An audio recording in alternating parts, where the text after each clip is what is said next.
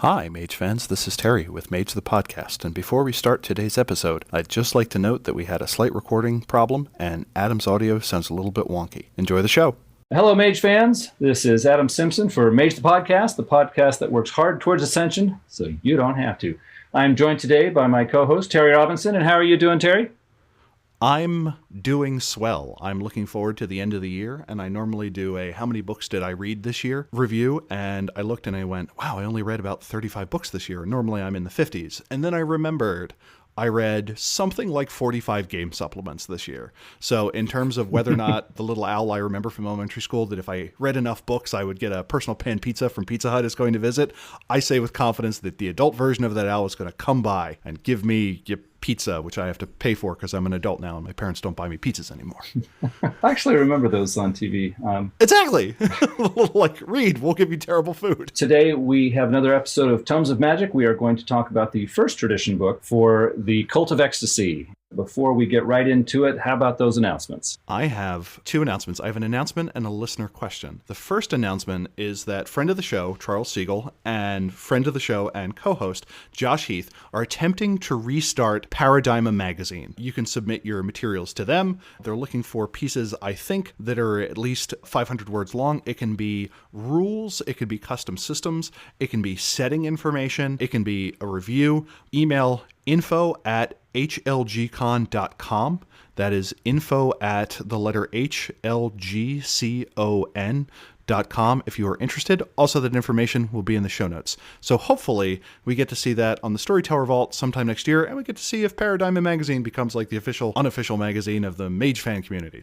Yeah, that sounds pretty cool. Hopefully by the time this goes out, Ascension's Landscape, my Mage Storyteller Vault supplement, will be available. That is a supplement that outlines setting changes you can make and how that will change the world, and some of my advice on how to make the world of Mage make sense. Keep an eye out for that. Shall we take a listener question? Yeah, what was it? From the Discord, Ilon Rouge said, how do you go about making NPCs versus player characters? I guess in my mind, I have sort of three categories for NPCs. I've got the on-the-spot NPCs, I've got location NPCs, and I have plot NPCs, which includes villains and important allies and important sources of information, stuff like that. Let's see, with the plot NPCs, I usually sit down with a core rule book and some supplements, and I really put together each and every character. I've got stats and background and personality, description, all these sorts of things. When it comes to location NPCs and on-the-spot NPCs, I don't have stats for them. I just have a name and a description and a personality,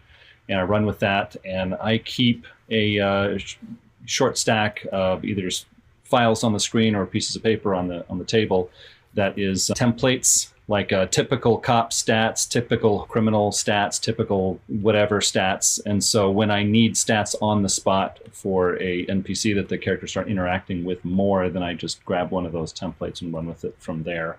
When I'm going through making an NPC, I pretty well divide it into the same three categories as Adam. But the one additional thing I tend to use is I am always curious about the worlds that players make in their heads and whether or not it reflects the game as I want it to come across. And one of the things that I found when creating NPCs is if you say, for instance, banker or small business owner, I think there's a certain stereotype that's going to pop into people's head. Just like when you say dog, there's a particular kind of dog that generally pops into people's heads when you ask. Rarely does like a Burmese mountain dog or a teacup chihuahua pop up when you just say dog without further detail.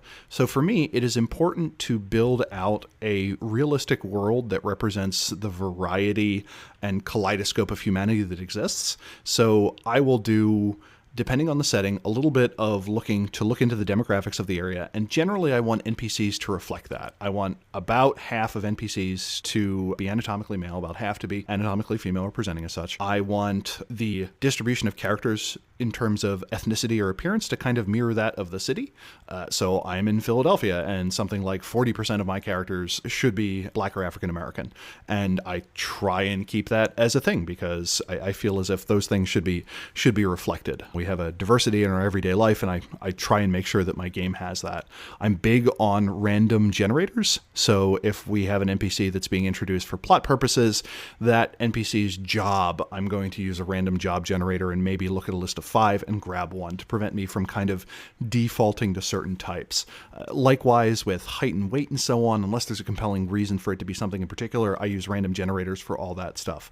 So my big thing is I take random generators, and that is kind of how I populate my world. And I find that is useful to kind of remind players that, hey, this is the full kaleidoscope that you could run into. Now, the interesting thing is, even if they are a super important plot character, I generally don't fill out a stat block. I will estimate the number of social, mental, and physical dice the person has. If they have any backgrounds, that I will fill out. I generally want to know the person's arete.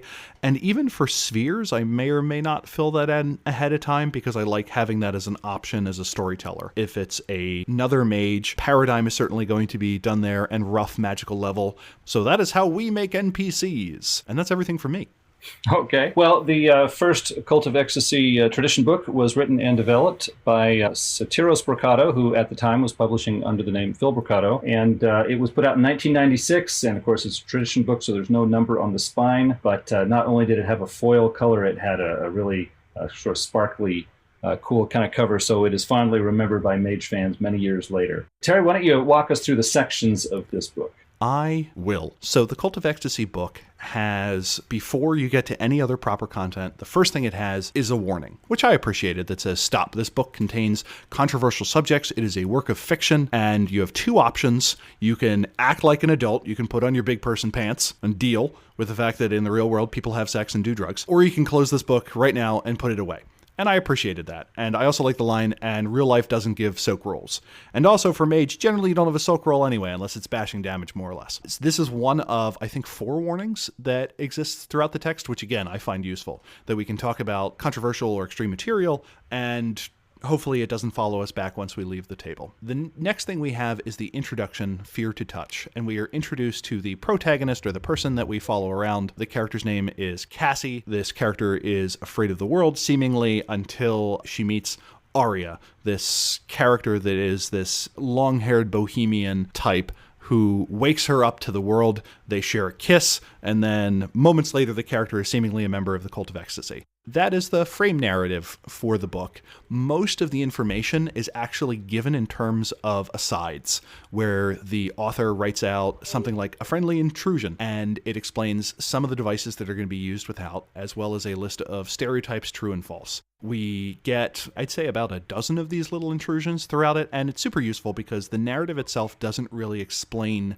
much of the mechanics, or really even how the ecstatics interface with the world so much as how they feel. We get a extensive lexicon, as we've gotten for all the other groups. This is one that was, I think the author did a pretty good job of using a term and explaining it. Even though there is a lexicon given, we get a little more trippy art, and then we get the standard history section. The history of the Cult of Ecstasy is kind of interesting in that it is the second tradition that we have that is a combination of some sort of Greek sect and some sort of Indian sect. This is in contrast to the Euthanatos book, and it's safe to say that they kind of have different goals. The Cult of Ecstasy came together in the late medieval period, and it was consistent of anyone who had a vision to share consisting of art, music, or theater. The tradition claims to go back much further and include any practitioner who believed that their magic gave them a vision that needed to be shared with the group. But they kind of pin it down to Shazar in the late medieval period. With life so short, every pain or pleasure brought us closer to the divine, which I feel like is a polite way of saying we didn't live super long and everything could kill us, so let's kind of keep this in mind. The author outlines an idea that in early human life, the experience of the divine was generally done through some sort of set of sacred passions.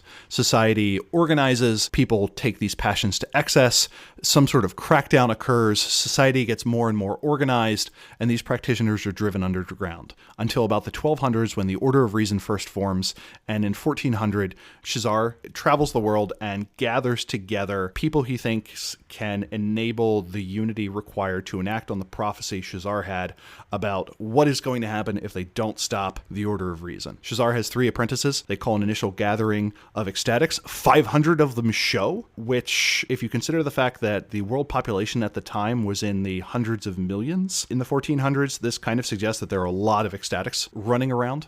From the gathered masters of time and prophecy, They draft the Code of Ananda, which basically says, okay, we are passionate people. These are the rules that we are going to play by. And instead of being straight laws, they are indicated as kind of being metaphors or general ideas. Like, for instance, thou art miraculous, so are we all. That isn't really a directive so much as it's kind of a principle. And then later on, some minds rest best asleep. Stir not those who would not otherwise awaken. And humor cooleth blood, wrath spilleth it, even trees rent by lightning may grow new fruit.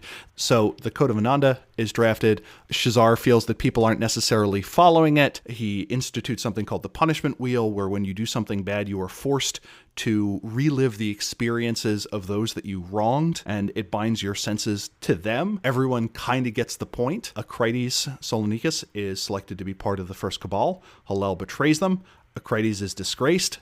Why?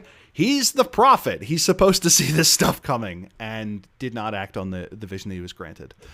Several ecstatics participate in the rescue mission. Many of them die. The remaining members kind of fight for unity while other people say, this was a good idea. We're going to go back to where we came from. The burning times start. That is the High Inquisition. Millions are listed as having dying, and the Sahaja becomes kind of their new tradition name. They start gathering factions together, and we kind of start seeing the formation of the modern Cult of Ecstasy. The book then kind of suggests that during the era of colonialism, that this is when native practitioners within the Cultists of Ecstasy go back to their people and start raging underground wars to deal with these incursions. Until 1867, another meeting is called a Grand Jamboree. Shazar appears after not having been seen for centuries, pours suffering out on the group, which I think is an awesome term to use, says that they need to get their stuff together or the world is going to blow up. And the cultists say, well, I guess we should do something. World War I hits, World War II hits, and the cultists consider this their time to shine, to find ways to alleviate people's pain. So after the world wars pass, the counterculture begins in the 60s. It gets mass adoption in the 70s, and the 90s are presented as okay, we have rousted humanity slightly. It is now our job to help them determine, are they going to get up? Are they going to wake up? Or are they going to go back to bed? Which I think is interesting, because as a setup, it kind of divides the group into, this is the grand question that humanity needs to deal with, and it is our job to kind of usher them through that. Did you find anything in the history setting to be particularly interesting? Like many of the second edition tradition books, the history of this mage faction is tied very, very closely to real world or sleeper history. And I guess for people who are real history buffs, that can be a lot of fun. For me, it's a little less interesting. It makes it look like mages are rather unoriginal and just get swept along with the tide. I like it more when there's more of that shadow mage-only history mixed in. But this is typical of second edition. That when we find out that like hashish's popularity was actually born from a cultist set of activities or something like that, and then the technocracy launches the opium wars to try and deal with it. We don't really get a grand conspiracy, as it were. The next session goes over the philosophy and the ideals of cultist magic. We get the idea that everyone is pursuing access to the heartbeat of creation, which is referred to here as the Lakashim. We also kind of get the idea of what magic is to a cultist, that you have the Ojas or the Ohas, which is their vital force, and that in moments of sensory indulgence or in moments of passion, the Ohas expands to cause time to stop, which more or less allows them to intercede to change the world. And time crawls and perception goes through the roof, and in that space, magic can be done. It doesn't have to be, but that is kind of the paradigmatic commonality that we get among the group. We also find out that their version of Ascension is the idea of, can you make that moment of bliss or understanding encompass your entire life, and can you expand your senses to include everything? And if you can, you may ascend, or alternatively, you may explode. The book asks, how can you describe infinity? As someone with a mathematics background, my answer to that was pretty trivially. It's not exactly that hard. In fact, we have notation for it. It's quite simple. But I understand that they were probably not getting at the question of how many numbers there are between 0 and 1. The book explains generally how cultists pursue their art, that this is a very risky operation, that there are generally two classes of drugs or experiences they go to, running towards drugs that expand senses or heighten experience, and running away from, which are generally downers and deadeners. And they kind of indicate that running towards drugs tend to be natural and running away drugs tend not to be. Okay. We get some information on what the avatars, totems, and demons of the Cult of Ecstasy look like, And here, they just kind of use the term vision quest as a substitution for a seeking. That again, these are all just ways of trying to reach that heartbeat of creation, and hopefully it gets there. Avatars are often seen in the form of some sort of totem or demon, and that the different avenues of magical practice are referred to as kama marga, which are the different paths of ecstasy that one can travel in an attempt to figure out how to expand one's senses. That this can be sex, that this can be dream changing, that this can be thrill riding, that this can be food, that this can be asceticism, that this can be meditation or contemplation or something like that. And they kind of go through the holy trinity of sex, drugs, and rock and roll. And the book does a good job of explaining, hey, in addition to mortal drugs, there are supernatural drugs that are only available to cultists or to the awakened, and that was pretty neat. We get an idea of what the bonds between the group looks like, that this is a very come and go group in terms of formal organization, but the need to keep each other safe means that everyone tries to stay in touch socially and tries to keep connected, and that they periodically have these jambos that kind of get everyone together. That happens occasionally, and it's masterful planning that makes this possible through this social network to kind of keep the group on the same page. I like that they mention that cultists are disproportionately represented at Indigo Girls concerts, and I thought that was an interesting selection. And then they go through the punishment mechanisms that the tradition uses in case people step out of line. It goes anywhere from you need to feel what you have done to others to, in extreme cases, a jury of divyas or Desame masters may decide a case, and their ruling may include exile, avatar branding, or mystic castration, where the person becomes numb to all sensations permanently, or possibly death if someone has made poor enough choices. The book has a hearty section on the sects, which are pretty interesting. And then the book kind of starts winding down. Cassie, the character that we have been following, has kind of left the tutelage of Wolf. Her mentor isn't really in contact with Arya, is losing connection to her friends. We get vague references to a meetup that's going to happen in Nevada. And then we get a little bit of information from a new character introduced, Raven, who gives us ideas on how the cultists interact with sleepers, anti-fun advocates, which are referred to as blockheads, as well as the other night folk. We find out that they have a particularly good relationship with satyrs, the type of changeling that is known for excess and debauchery, and that they tend to get along with Clan Toreador, so the vampire group dedicated to the arts. And from there, we get a set of character templates, which I thought were pretty interesting, and we also get a bunch of famous ecstatics. The interesting thing about the ecstatics that are listed here is a lot of them existed. So Aleister Crowley, Rasputin, Isadora Duncan, Jim Morrison are all listed as having been ecstatics. But the two characters that I generally found most interesting were Shazar the Seer, who was always followed around by two peacocks and a fiery hawk, and it is specifically listed that sometimes they would go off and save people. So I just pictured two peacocks kind of coming to the rescue. I'm not entirely sure how. I've never really enjoyed the company of peacocks. They tend to be annoying birds that are quite loud, but I suppose you can have a trained peacock that could catch someone jumping from a burning building or prevent someone from waylaying someone on horseback, but I just don't know. And Mariana of Ballador, the operator of one of the Grand Pleasure Domes. She joined during the Cult of Bacchus days in the 1860s. She took over as the chief counselor of the Ballador Pleasure Dome in 1976 and is claimed to have had relations with a fair number of metaplot characters within the game.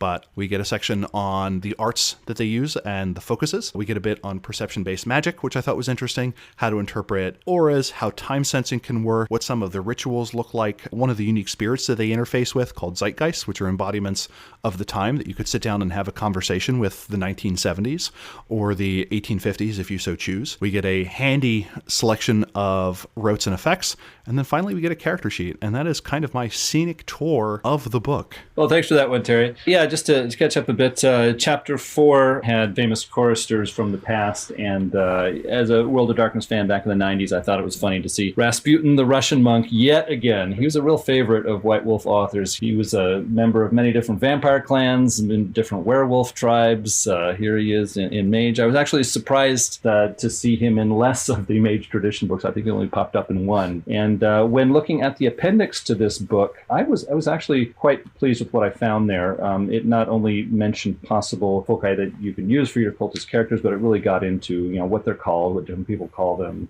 how they might be used, what they could be used for, and the mindsets that go along with them. I really enjoyed that. There was a lack of talismans, and I actually liked that. I thought that was appropriate fit for me, that the cultists are not people who are going to be so possessive of these antiques and pass them around and talk about how important they are. They seem like the group that would worry about them less. And so the fact that I saw no talismans here, it just really clicked for me. Also, there is a discussion, although it's brief in the appendix, there's a discussion of what traits it is appropriate for a character to purchase, for example, skills, backgrounds, merits, things like that, that would put you in good standing with the Cult of Ecstasy. And that's something I would like to see actually more in the other tradition books. I think that's very helpful for new players and can be even helpful for experienced storytellers. And also there was a little breakdown of something mentioned earlier. There's a sidebar on page 12 talking about how cultists have their mystical senses on at all times. And when you get to the appendix that expands on that, it really helps you. It says, look, here is a possible set of optional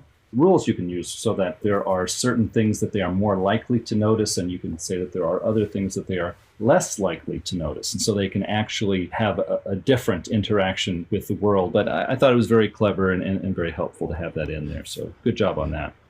How do you generally feel about traditions kind of having semi-magical bonus abilities? Like, for instance, in the Virtual Adept book, they mentioned, hey, if you have 2 or 3 dots of mind and a certain number of dots in other things, you can use social engineering to accomplish a task. Do you generally like those not quite magical or semi-magical kind of bonuses where they say, hey, cultists of ecstasy in general are going to be able to better deal with drugs, so if they're trying to resist the effects of something that's been put into their system, they're generally going to have a bonus, or hey, they always have their perception things going. Do you like stuff like that? Yeah, I like it, but then I have talked to other storytellers who really don't, and in my experience, I have a good relationship with my players in that if a player says, hey, I want to use this optional rule, if I like it, I'll say, yeah, go for it. Some people have a bad experience with it, but I like that stuff. I wish we got a supplement that kind of outlined a whole bunch of them. Like, for instance, we get the jury rig ability, I think, in the original Book of Shadows, and I think it'd be super neat if in Sons of Ether that were a slightly formalized ability, that using a weird mishmash of matter and forces or something like that a Sons of Ether ability to jury rig something may far exceed what mortals can do. So it was something that initially I'm like, this is just a special thing for this group to make them cooler, and I'm like, yeah, I think everyone should have maybe 1 or 2 kind of special things that maybe they learn, and that also gives you a space to say, this is one of the neat things that you get that is exclusive to this group. Now let's go over some of the subgroups or sects, the minor groups within the group. These are groups of cultists within the Cult of Ecstasy who have gathered around a banner to pursue certain goals. This book follows the 2nd edition trend of having a large number of subgroups inside of a tradition. For example, we have, 6 basic groups, then we have 5 groups that are for women only, and then we have 3 groups that are out on the edge of the cult. They are the Outcasts. So talking about the general group, we have Bongos Rangers. That is a fun-loving name if I've ever heard one. This is a group dedicated to Discordian consciousness unraveling. They feel that if you let go of your traditional grasp on interpreting the world and understanding what you see and hear and feel and everything, you're going to be pushed to a better place and a better way of life if you can let all of that go. And we also have the Fellowship of Pan. And this is a group that is more closely allied not only with changelings, but with one particular group of changelings, the satyrs, which is a kith, one type of changelings. They're the ones who live hard, love hard, drink hard, and party hard, and you might want to be careful when they will come through town. Also, we have the Dissonance Society. This is a more intellectual group of cultists. They are dedicated to making intellectual arguments and convincing people in that way to let go of the technocratic hold on them or traditional authoritarian grip on society. It mentions that this group is severely anti-authoritarian, and they actually encourage their members to carry out criminal acts. And so this is one of those groups that kind of lives on the edge. If your player characters get involved with them, there might be some trouble. They actually talk about attacking police officers, political leaders, and other types of leaders. So they have a really strong anti-authoritarian streak there. We also have on the Callisti flagellants. This is a small group of Russian Orthodox monks. They talk about how they are in Russia or countries nearby there, and they believe that they should sin to experience more out of life, but then they should engage in self-mortification to be forgiven of that and purge their system of that. And it says that when they try self-mortification, they don't fool around. They get into some serious pain there. So they are very dedicated. We have the Fifth World Tribe, which is more of a Native American group in North America. They are very serious about pursuing their music. Some of it is more traditional Native American music. Some of it is more modern. And it talks about how it was probably one of the members of this group that had a big influence on Jim Morrison in the World of Darkness. Also, there's the Kan Lu. These are a small group of Chinese Taoist mystics, which are mostly in East Asia, especially in China. And this is not the only group of Taoist mages in the World of Darkness. They are a group that seriously follows different tantric practices, body postures, meditation techniques. And they're very popular at the Balador Pleasure Dome.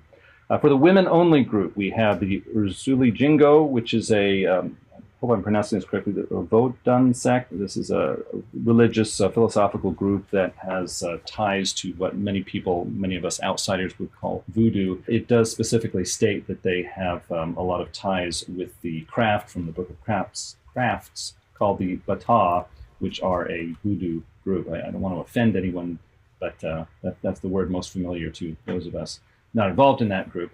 We have the Kiss of Astart. They are a more Dianic, Greco kind of pagan sect. They have a lot of ties with the Verbena, a lot of friends there. It's hinted that they probably exist more in Europe and maybe Greece and North Africa, not so much in North America.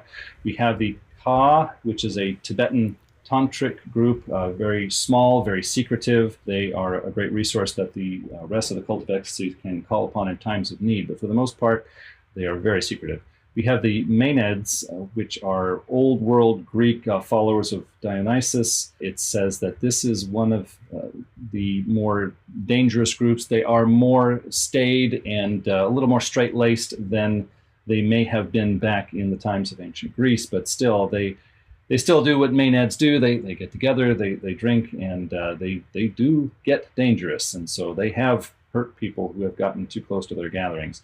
Last, we have the Ratyas, and this is Indian tantrics. So again, women only. They're centered in the Indian subcontinent, very small, very secretive group, but they're also a very powerful resource that the larger cult can call upon in times of need.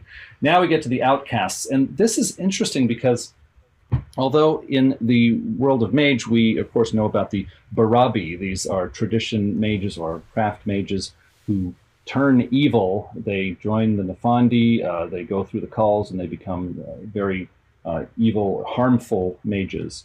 And these three groups, they're sort of spoken of as if they're in the cult, but many in the cult consider them Barabi, but then there are others in the cult who don't consider them Barabi, and so this is open to interpretation. We have the Agalas, which is a group on one part of India. They seek godhood through abandoning humanity, and they engage in some very serious practices, including attacking and harming outsiders. There's the Karn or Karne, which is sort of a modern Hellfire Clubs. Hellfire Clubs, I guess, has become a sort of expression for the men's social clubs of Victorian England, I guess the late 1800s, where they would get together, close the doors, let the servants go home early, and then they would engage in scandalous practices, which were sometimes just drinking and singing, but other times were hiring ladies of the night and employing their services in large orgies. Kind of varies. But anyways, this Akarne, they are a group inside the Cult of Ecstasy that believes that this is still a worthwhile goal, something that they still pursue. And they are out there on the fringe of the cult. Finally, we have the Agalas. They are Norse. They are located in the Scandinavian countries. They are a very, very violent sect. They follow what they feel to be a proper practice of the old Norse religion. They are connected with black death metal groups. They are very, very strongly against the Christian culture that they feel has invaded their homelands. They also engage in very dangerous acts and sometimes really do harm outsiders. So another group to watch out for. So that is all of our sects within the Cult of Ecstasy. And it was interesting to me, one that they specifically refer to as, some people think they're Barabai. And I'm like, man, if you're not immediately seeking them down and like burning down their houses, you're like, yeah, they're Nefandi, but they always give us the kickball back when it goes into our neighbor's yard. I'm like, You figure, like, you have that thing where the Thanatoi are very stringent to seek out and destroy the Nefandi because they don't want to be confused for it and be like, no. Look how good we are at Nefandi killing. Obviously, we're not the Nefandi. You figure like the Cultists of Ecstasy being like seen as kind of takers of excess, and the fact that they hate people that keep other people in bondage and slavery would have a problem with it. The fact that there's a sect where they're just like, we're not sure if they're Parabai or not, you figure there'd be a stronger response to that. That was kind of something that didn't quite sit well with me, but it's a pretty broad group. The Agalas, as you mentioned, I like the fact that they referred to Christianity as the creed of weakness, which them's fighting words. I like the fact that they're full contact, as it were. We get a pretty broad covering from around the world. I guess the only thing that struck me as weird is I'm never quite sure how to feel when a group has like an established relationship with another night folk. So they make mention of a few groups that are on good terms with the Black Furies, which is a largely female-only tribe of werewolves from the Adriatic and the Aegean area in the greater Hellenic world. And they also mentioned that they're on good terms with the Nuisha and the Korax and the Satyrs. It is one of those things where sometimes I'm like, oh man, this is the coolest thing in the world. This is super cool. And other times I'm like, mages should stick with mages. I'm never quite sure how to feel. How do you feel about groups that are listed as having like established contacts with another group of night folk? Mixed reaction, I guess, is the best thing I can say. Yeah, I mean, sometimes there's some storytellers who really love mage and the themes of mage, and they want to get into mage, and they don't like the fact that the books they're reading are sort of pushing the rest of the world of darkness on them. And so, I can understand that point of view. But at other times, I like looking at the whole world of darkness and picking out the pieces that I like. And when I see two groups that seem like they would want to cooperate or would be, well disposed towards cooperation, it's like, well, isn't it natural that I would, enjoy pulling this into a session or two at my table? And so, it's mixed results. Like, for example, I mentioned the Fifth World Tribe, which is a sect inside the Cult of Ecstasy. They're Native Americans, very serious about their music.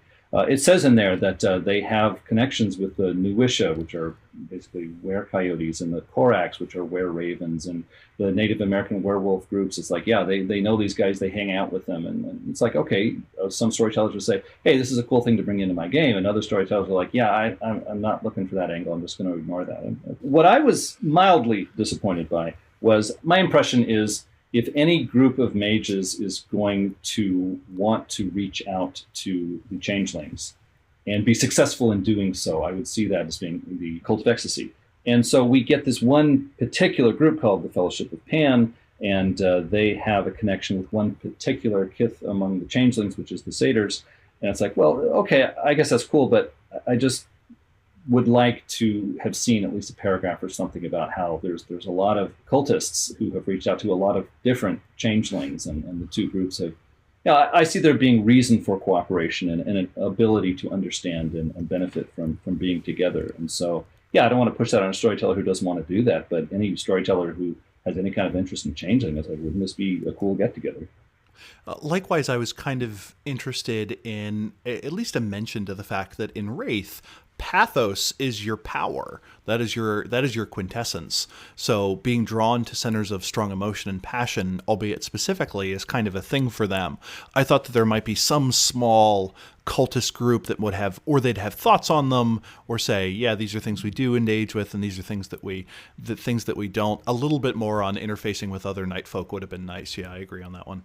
I like the fact that there was a spot in the book where it said that most of the cultists of ecstasy, especially in more Western or you might say modernized nations, don't belong to sects. They want to break through boundaries and constantly reinvent themselves, if you'll forgive the overused expression. And so they don't want to attach to one group and say, I'm dedicated to the mission of this group. They want to be dedicated to a personal mission and always changing. And so it does say in the book that most of these groups that are mentioned exist in what you might call old world countries, like places other than, say, North America or Europe or Western Europe. where there is a much stronger sense of history and traditional culture. And in those places, the cultists would feel connected to a particular sect, more so than, say, the US or Canada or Britain or so on.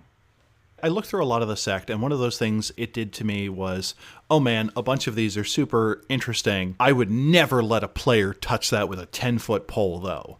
There's a lot of groups in here that strike me as do not necessarily play well with others. So maybe compared to some of the other traditions, that if a player were to be like, oh, I want to be part of a sect or a subgroup or something like that, I would need some justification to be like, oh, why is your group part of this? Because a lot of the groups always seem to mostly deal with themselves to me.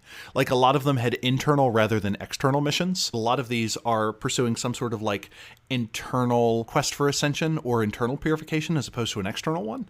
So I'm not quite sure when they're going to run into each other, except for maybe at these grand convocations. It's one of those things where they talk about how social the groups are within the Cult of Ecstasy and how important it is to maintain a social network. But in my head, I don't see a huge number of cases where someone from the Kiss of Astart and someone who is a Callisti flagellant is going to run into each other.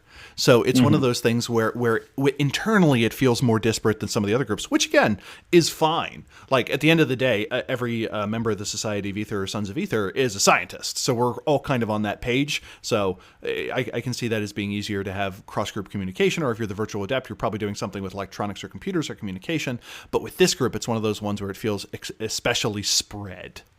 Yeah, and I could see how a player could say, I'm going to make a Bongos Ranger, and I'm going to say silly, stupid things in every game session and drive everybody nuts, and I'm just playing my character. It's like, this can be abused, although I'm sure most mage players are not the sort that are going to fall into that kind of behavior. But it's like, I was reading, it's like, yeah, I know a few guys that would really beat the storyteller over the head with this one.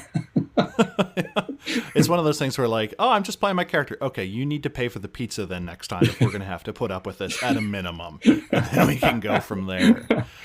Well, looking at the Cult of Ecstasy as a whole, with a lot, or in fact, most of the traditions and especially crafts, I can sort of, look back through real world cultural or historical or national groups and kind of see where the threads were pulled for this. With the Cult of Ecstasy, it may just be me, but I have a really hard time looking back to some older group of people and saying, oh yeah, it's those guys in the modern world. The Cult of Ecstasy seems, it's very vital and it's very interesting. And I remember back when I was a teenager in 1993 reading the first edition core book, I was thinking, yeah, I can see this as a group of modern mages, this mindset, this way of thinking, how this group gathered around these core principles. This seems very interesting for modern mages. I don't know, I have a harder time seeing them as a cohesive group, say in like the Middle Ages or something. Maybe that's just me. And of course, I think there is some freedom when reading these books for a storyteller to interpret it and say, look, we've got a modern group that looks back at history and picks out certain groups and say, yeah, that was us hundreds of years ago, when, may not necessarily be the case. I like how there's freedom for that. Yeah, I feel like there's a couple different threads running through it. One is we are those of prophecy, that you have the original name at the Grand Convocation, you have the Seers of Kronos. And that is one thread. We are the group of people who are charged by our communities into looking ahead and seeing what perils face us.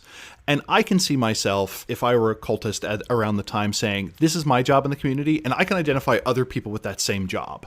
Who are the visionaries and predictors and augurers? And we would all kind of gather around. But would I naturally then group together, these are the people who pursue ascension by expanding their senses? I don't know if that would necessarily be in the same group. I could see those sensate people gathering around being like, oh, okay, you do this drug, you wander around the desert until you're on the edge of delirium, and that's how you see what is important to you. You do some other physical activity, you do meditation or something like that. I can see those people getting together and trading notes, but I don't necessarily see the visionaries and the sensates talking to each other in the same way with again, to go back to the Thanatos, you had the string of these are the people who deal with death and these are the people who deal with fate. And it took a little bit of work to kind of jostle them together. But once you have that together, I'm not quite sure what keeps the group united, except for maybe by the collection of tools they use. So you have this weird thing where, to one extent, they're kind of like the virtual adepts in that they are drawn together by like a common class of focuses, but in another sense, they have somewhat similar missions. But yeah, I think it's an interesting case where probably at the time people didn't consider themselves heavily part of it, in the same way that shortly after the American Revolution, people didn't consider themselves Americans. They considered them Pennsylvanians or New Yorkers or something like that. And their idea of being part of something bigger was maybe very loose. Do you mind if I bring one of my criticisms in now? Oh, yeah. Well, what's that? So one of the things that I walked away not having was, I don't know how this group participates in the Ascension War. Yeah, that's a good point. Yeah. Yeah, this was a case where I got a lot of things that made me think, wow, these are a whole bunch of really interesting crafts. They are tied to a country or an area or a practice or a people or something like that. They tend to shepherd to themselves. They have an internal sense of ascension. And they make, the book makes references to, oh, we thought this was a time that we could help society, but I never really get much insight into how do they deal with the Marauders or what is their thought on the Nefandi. And we don't get a lot of information on what they do on the council too much. And you figure you would have a lot of information on their fight with the technocracy. I mean, they make reference to STOP, Serotonin Terminator Option P, whatever it is, which is a drug the NWO wants to introduce that kills all passion. And I thought there would be a little more about the back and forth of, hey, the technocracy tries to do this, and this is how we fought it with a nonviolent protest movement. I would like a little bit more of a toolbox like that, because I don't feel I have the tools as a player just reading this, or as a storyteller just reading this, to be like, okay, how do the cultists bring the fight for Ascension to the actual battlefield of Ascension? I feel like that wasn't quite there, and I would have to do a lot of work to think my way through that. Yeah, that's a very valid criticism. We just didn't see much of that. There was a very big push in this book to help people understand the point of view of the Cult of Ecstasy, but their practical dealings with outside groups and threats is not mentioned so much in here. I mean, there's a lot of mention of how it's dangerous to be a cultist, and we're on our own, and we have a very risky lifestyle, and a lot of us don't make it. But yeah, there's not much what we're talking about. I guess one contradiction, which was might have been intended. It might have been intended as a sort of dynamic sort of thing. But we hear about how the cultists are the most responsible. They're very serious about what they do. They're not irresponsible and self-centered, very mature people. And then we also hear about how a lot of them burn out early and don't live long. And there's I don't want to say turnover, because that's more in business, people quitting a job. Burnout. Other people. Yeah, burnout is a better way to put it. It's like, this is a high-risk lifestyle. A lot of them, have an awesome but short life, and then they're done. It's like, well, okay, if they're so responsible, maybe I'm one of the blockheads who doesn't get it, but perhaps it was meant for us to find like a tension between those two and find some interesting stories there. But just from my point of view, reading through that, it's like, well, if they're so responsible, why do they burn out so early? But I felt it was one of those things, like, given that they've survived 2 years, they probably are the responsible ones who are able to manage it. But if you encounter a very young or a very new cultist, or maybe an apprentice, we're not entirely sure if they're going to make it. But in my head, this is kind of a funny thing, where we now have the two groups inmates that seemingly have the highest burnout among initial candidates, being the Cult of Ecstasy and Iteration X. So talk about two things on opposite sides of the spectrum in terms of your odds of washing out of apprenticeship. So yeah, but no, I totally get what you mean, and the book does a good job, I think, banging on about responsibility. Like, they don't get to do drugs for free. There's systems to say, hey, you need to do a willpower roll, or you need to do a stamina roll to make sure that this doesn't mess you up. And if it does, you have to deal with the ramifications. And it talks about, again, with the first Cabal, that Ratyas was considered responsible for not seeing the attack coming. You're our seer. How did you not see this? You had one job, and that was to see the future unfold. It is also interesting that it's one of those things where, like, yeah, a lot of people burn out during the apprenticeship process, but like, okay, you're a master of time. Shouldn't you have seen that one coming? It kind of reminds me of how difficult time magic is to incorporate. And I feel like I would have liked a little bit more guidance on how to introduce prophecy and foreshadowing into a game in here. Like, so if there were a little more information for a storyteller on how to do that, I get that the tradition books are player facing as opposed to storyteller facing, but I as a storyteller have a difficult time doing prophecy, and a little bit of help with that would have I think been useful. I do like where they talk about how to role play it, where you switch tenses back and forth, and sometimes you have weird looks, and in some cases for free you get to anticipate something, where in other cases somebody can just punch you in the face and you don't even realize that the fist was coming even though it was right in front of you. So I thought that was interesting. But yeah, a little bit more on how to deal with time I thought would have been useful. I have always seen the Cult of Ecstasy as, I guess, in a sense, kind of a romantic group, because they seemed like the loners, the drifters, the people who wandered through the regular Earth, not so much the Umbra or the digital web or something, but although, of course, they can go there, but they're the group who actually wants to travel through the sleeper world. They meet large numbers of sleepers. They see large numbers of cities, cultures, nations, etc. And so I always had this image of them being the ones who are most in touch with sleepers and sleeper customs and trends and societies and stuff. And so I always pictured them as being the ones that when the Council of Nine Mages got together, the other mages would turn to the cultists and say, hey, what's going on in Western Europe these days, or what's going on in South America? It's like, you guys know this better than us. What's going on? Or they would be the ones who would raise their hands when there's some bold new plan who's saying, hey, think about the sleepers. You're not, you're just treating them as cardboard cutouts instead of real people. And so I was really pleased with how, I would say, earthy and grounded this book was. It doesn't talk about a lot of stuff going on in the Umbra. It doesn't talk about a lot of high, powerful, magical things or smuggling bygones from here to there. I mean, this talks about mages mixing in with regular people, going to regular places on Earth. There's and so that appealed to my kind of perception of the Cult of Ecstasy. But then on the other hand, I was a little disappointed with how, reading the book, I got the impression that the cultists really like sleepers who are on the same wavelength as them, yet tend to look down on sleepers who are not on the same wavelength as them. They call them blockheads, or they just don't get it. It's mentioned a couple of times. And I just had this, granted, it's my impression, but I had this impression that the cultists were more forgiving and understanding and more open-minded towards sleepers who just can't see magic and just don't see the larger world that they see. They have chantries, they have pleasure domes, they have cosmic powers, but this book kept it grounded and earthy, and I really liked that.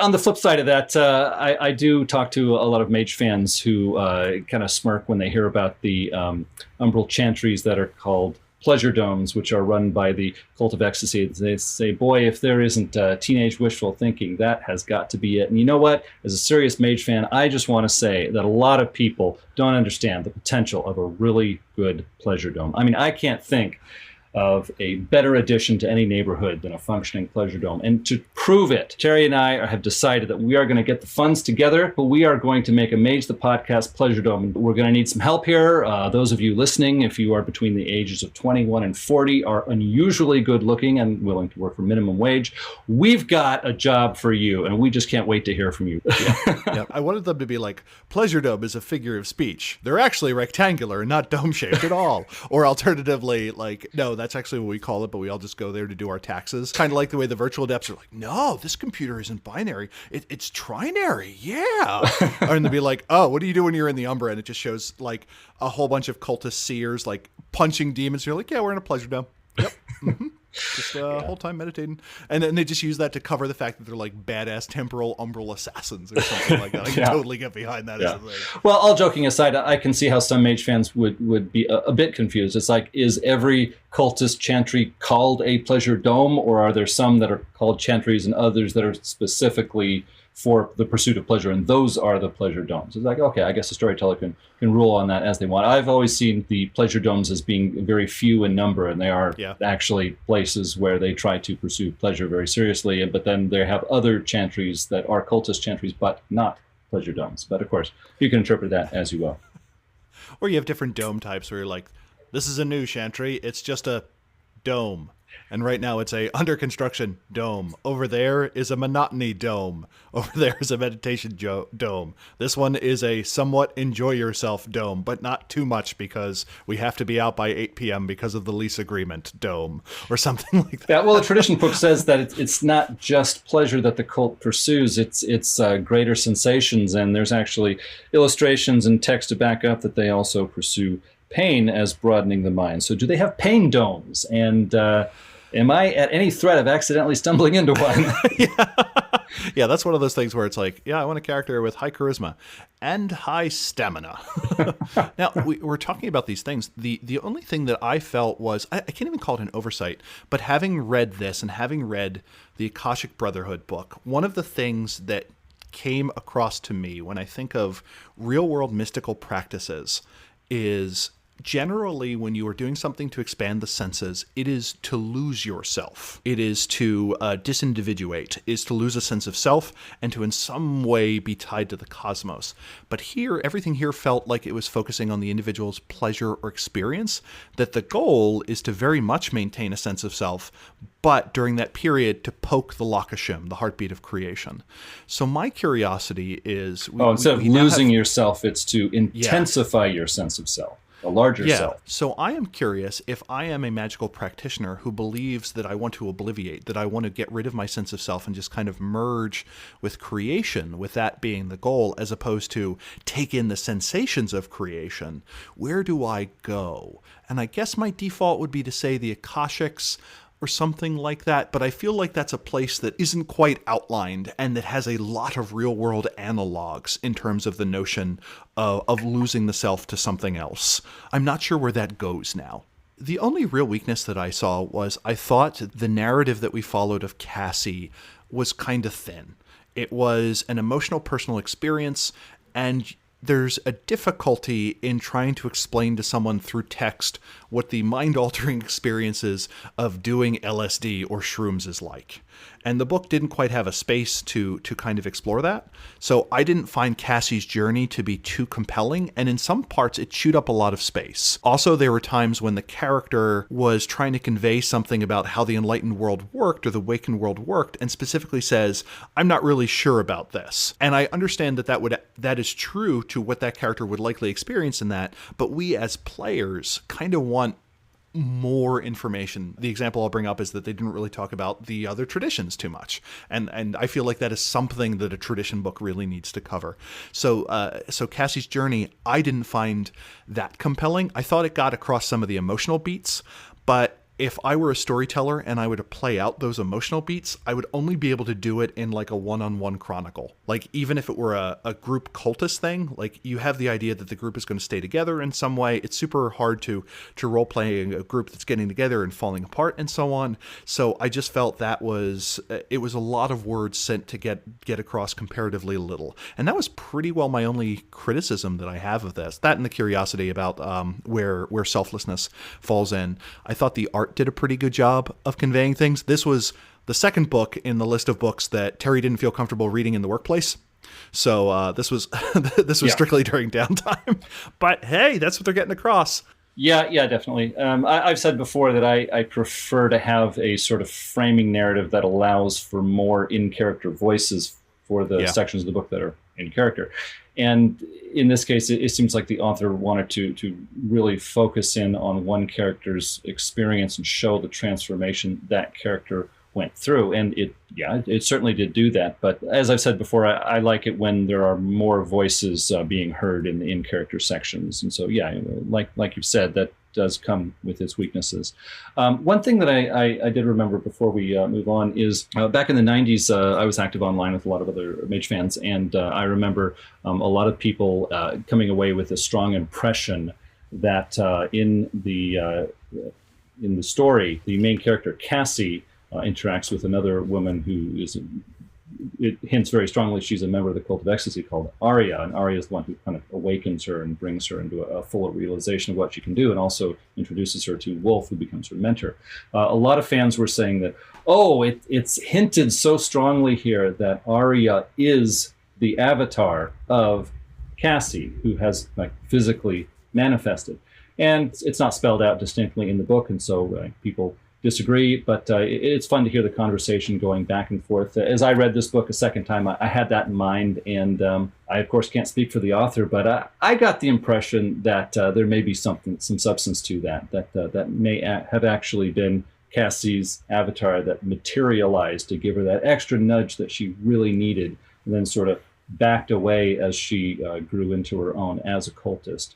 And so I just thought it was pretty cool that cultists, being so well versed in the sphere of time, this cultist Cassie actually looked forward in time 4 years to find the Merit materialized avatar in the revised core book from the year 2000 and used it back 4 years before it was even available. Now, some people might say, hey, that's kind of strange, but hey, these are cultists. They can do that. But what's really going to bake your noodle, listeners, is when the author was writing this, was he using the time sphere? I wouldn't put it beyond satire. I do like the idea, though, now that you mention it, of a mage essentially self-awakening, that having like a predestination paradox, where at some point a mage reaches a level of time ability to send a message back to themselves that triggers them to awaken. Yeah, and I already mentioned that I'm not a huge fan of when mortals are indicated to be mages. That kind of makes me like... Oh, there were a lot of real-world people who showed up in the back of the book. We had Rasputin Crowley, Isadora Duncan, and Jim Morrison, who are interesting characters, and I wish the game had a way of saying, hey, if you're looking for a template, I'm not saying these people are awakened, but here's some people that you can look to. I did like Shazar's 2 battle peacocks. I thought that was super cool. And of course, there was the snub against the Rolling Stones. He wasn't a mage. Yeah, I think he is. Like, someone's got access to life. Mick Jagger is going to dance on our graves. I don't know about you, but he just might. Keith Richards has been through a lot, and is still like, someone made an agreement with something. That's all I'm saying. I do like also how the book did a good job of mixing setting and mechanics and saying things like, hey, when choristers do effects, they are generally all in on it. It is a production, so they are generally going to gain the bonus of putting extra time into it. They could do an effect quite quickly, but generally they will spend extra time. They will luxuriate over it. They will allow the effect to wash over their senses, that their magic is slow in some cases, and that they reap a benefit from that. And also the things like, here are magical drugs. And I like those little notes that say, hey, this is something your character does, but also this is how it mechanically affects it. If I were to say anything that I wish Mage had more of, it would be more of that stuff. Like we talked about how in first edition, it's like, oh, if this is your focus, this is how it modifies initiative, and this is how it works. We got some of that in this book, and I wish all the other traditions also had that treatment. This also makes me think of a piece that Anders Sandberg did back in the early 90s. He called it the theurgy of mage, and that was he wanted to draw a distinction between the kind of magic that mages do to accomplish a particular task or goal, and then you have theurgy, which is magic that they use to not so much accomplish something as it is to broaden their mind or to align themselves more with their own philosophy or their own long-term goals. And so I see the cultists as being a group that is much more involved with their own brand of theurgy, where they're going to get a couple of mages together with a lot of sleepers. They're going to have like an all-night-long sort of ritual where sphere magic is employed, but they're not fighting bad guys. They're not showing off. They're basically just getting everybody on the same page and opening their eyes to the same possibilities. And at the end of the ritual, that's really all that was accomplished. So, Adam, I've come to the end of what I had to say about that. How about some story hooks? Well, I did have a few story ideas I was hoping I could wedge in here while you weren't looking. My usage of time magic came through. I knew that you would have those. Number 1, a cultist learns through visions that a convocation is fast approaching. This is an event intimately connected to the time stream where something important will occur. Further probing reveals the convocation will be linked to a day in the 1920s. A storyteller might foreshadow this by having antique songs or books from the 1920s appear around the character in the preceding story. Then it is learned that a respected cultist took her 2 students to commune with the zeitgeist of the Roaring Twenties and disappeared. What event took place in the 20s that created such a disturbance in the zeitgeist spirit? Can the players set it right before the link to the past fades away? A great opportunity for players to raise their time sphere knowledge and learn about zeitgeists. One of the rare cases where a storyteller actually can take players back in time for one or more scenes. And number 2, players learn that a young cultist is supplying a special kind of peyote that removes barriers for cultists and brings potent visions. The stuff becomes popular, but its users are burning out dangerously. When the players look into the matter, they meet resistance. Well-connected cultists vouch for the young cultist's mentor and don't think it's right to interfere with personal choices. The players learn the young cultist is a carefully placed technocratic agent advancing a progenitor plot. In order to resolve the matter, the players will have to be careful how far they push against the social structures of the Cult of Ecstasy as they find the proof they need. Social skills and backgrounds will be important in this story. And number 3, a hermetic mage has delved into infernal Umbrood ties and is a harmful influence in a large multi-tradition horizon realm. Proof of the hermetic's crimes lies with the mystic scars across a cultist's body. The cultist has confided in the players, but can't gain entry to the horizon realm. The cult's ways are so free and informal that no one with influence in the traditions knows this cultist. The cultist's mentor has disappeared on a vision quest, so no one can provide proof the cultist is a member in good standing. Can the players call on favors to get the cultist into the Horizon Realm, or will they smuggle her in? After that, will anyone trust the newcomer? And how nasty are the Hermetic's contingency plans? The cult's lack of structure collides with the Council's strict culture in this story of negotiations and trust. So those are my ideas on a few possible stories. And with that, I believe we've come to the end of another awesome episode of Tomes of Magick. So what's next that we're reading, Adam? Next, we've got Horizon Stronghold of Hope, which is one of the more otherworldly, out there, umbral source books, and should be a lot of fun. I've cleared my schedule to read that, followed by, Book of Crafts and Beyond the Barriers. We've got like 400 pages to read in the next month or so. But what a ride. Yeah. And your Mage the Ascension non sequitur quote of the episode is, "Only when blockheads and grey faces have wiggies cast upon them shall the waters be wrought with gellfish and the chalkwoo sing praise." That's all. Well, with that, if you'd like to contact us at magethepodcast@gmail.com with any questions, comments, or feedback, we would love to hear it, whether it's positive or constructive, or you can even get a bit edgy with us. We're adults. You can subscribe to Mage the Podcast on iTunes, Google Play, and TuneIn. You can also follow us on Twitter at Mage the Podcast, and we're on the web. Our URL is magethepodcast.com. And if you have any interest in becoming an executive producer for Mage the Podcast, you can join the ranks of Ira Grace and Michael Parker and help us out to keep the lights on and keep these episodes rolling out. You can also become a part of our council to discuss upcoming projects. The link in the show notes will get you started, and we would certainly appreciate it. You can also join us at discord.me/magethepodcast. I finally got a nice little URL for the Discord server. Oh, that's much easier. That's awesome. Also, go to our webpage, click on the Drive-Thru RPG links there. When you do, if you buy anything, we get a couple of % off of it. In fact, since we started using it, we got enough to pay for Adam's new microphone. So thank you, everyone who's made your purchases through that to support us. Thanks again. And on that note, truth until paradox, baby. Bye.